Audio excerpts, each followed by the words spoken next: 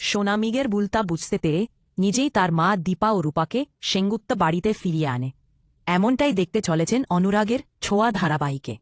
সূর্য এবার অফিসের মধ্যে দীপার সঙ্গে করা ডিলটা ক্যান্সেল করে দেয়, কারণ তার সব স্মৃতি ফিরে আসে।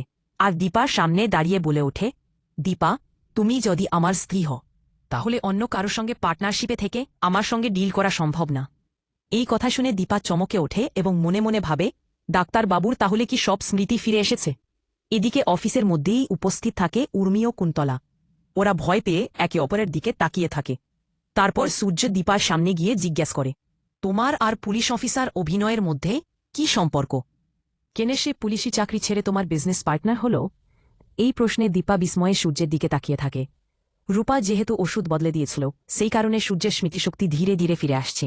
দীপা যখন সেনগুপ্তে বাড়ি ছেড়ে চলে যায় তখন সোনা খুব কষ্ট পায়। তবু সে উর্মি ও কুন্তলার সামনে গিয়ে বলে। এই প্রশ্নে দীপা বিস্ময়ে সূর্যের দিকে তাকিয়ে থাকে। আমার মা আমার জীবনটা পুরোপুরি শেষ করে দিয়েছে, এখন আমি ঠিকমতো কথাও বলতে পারি না। আমি ওই মহিলার কাছে গিয়ে বলেছি, বিশ্বাসঘাতকতা যেন আর কখনো আমাদের জীবনে না আসে। এই বলে সোনা দীপার কাছে যেতে চায়, কিন্তু কুন্তলা তাকে আটকাতে চেষ্টা করে। কিন্তু সোনা কোনো কথাই শোনে না, সে সোজা তার মায়ের কাছে চলে যায়। অন্যদিকে কুন্তলা সোনাকে থামানোর জন্য কৃষ্ণকে ব্যবহার করে এবং বলে, তুমি দীপার বাড়িতে যাও। সোনা যখন দীপার বাড়িতে পৌঁছে, দীপা তাকে দেখে খুব খুশি হয়, কিন্তু সোনা তাকে ধাক্কা মেরে সরিয়ে দেয় এবং বলে, তুমি আমাদের বাড়িতে আর কখনো আসবে না, তোমার জন্যই আমার জীবনটা নষ্ট হয়ে গেছে।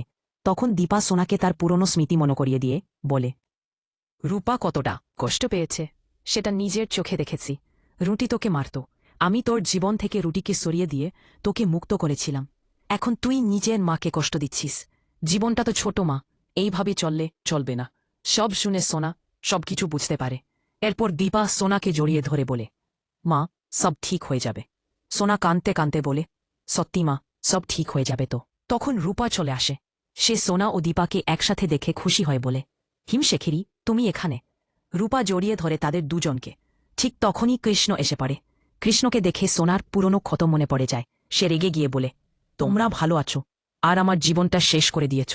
আর কখনো আমাদের বাড়িতে আসবে না। এই বলে সোনা চলে যায়। অন্যদিকে উর্মি সূর্যকে ওষুধ খাওয়ায়। এরপর সূর্য সন্দেহ প্রকাশ করে, জিজ্ঞেস করে, আমি যদি অসুস্থ হই তাহলে এই ওষুধটা আমার কাছে না থেকে তোমার কাছে কে? এই কথা শুনে উর্মি চিন্তিত হয়ে যায় এবং ভাবে, নিশ্চয়ই কিছু একটা হয়েছে। কুন্তলার সঙ্গে কথা বলা দরকার। উর্মি অফিসে গিয়ে কুন্তলাকে সব কিছু বলে। কুন্তলা তখন বলে, ওষুধটা নিশ্চয়ই কেউ বদলে দিয়েছে। ওই মেয়েটাই, রূপা, এটা পেরেছে। এখন সূর্যকে এমন একটা ওষুধ খাওয়াতে হবে যাতে সে কথা বলতে না পারে।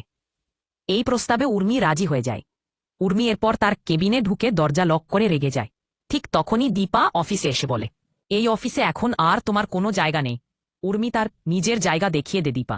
এরপর উর্মি ও কুন্তলা সূর্য কাছে যায় এবং ডিলের ব্যাপারে বলতে চায়, কিন্তু সূর্য ওদের কথা না শুনে সরাসরি দীপার দিকে তাকিয়ে বলে, সরি দীপা ম্যাডাম, এই ডিলটা আমরা করতে পারব না। এই কথা শুনে দীপা হতবাক হয়ে যায়। অন্যদিকে কুন্তলা ও উর্মিও অবাক হয়ে যায়। এমনটাই দেখতে চলেছেন অনুরাগের ছোঁয়া ধারাবাহিকে।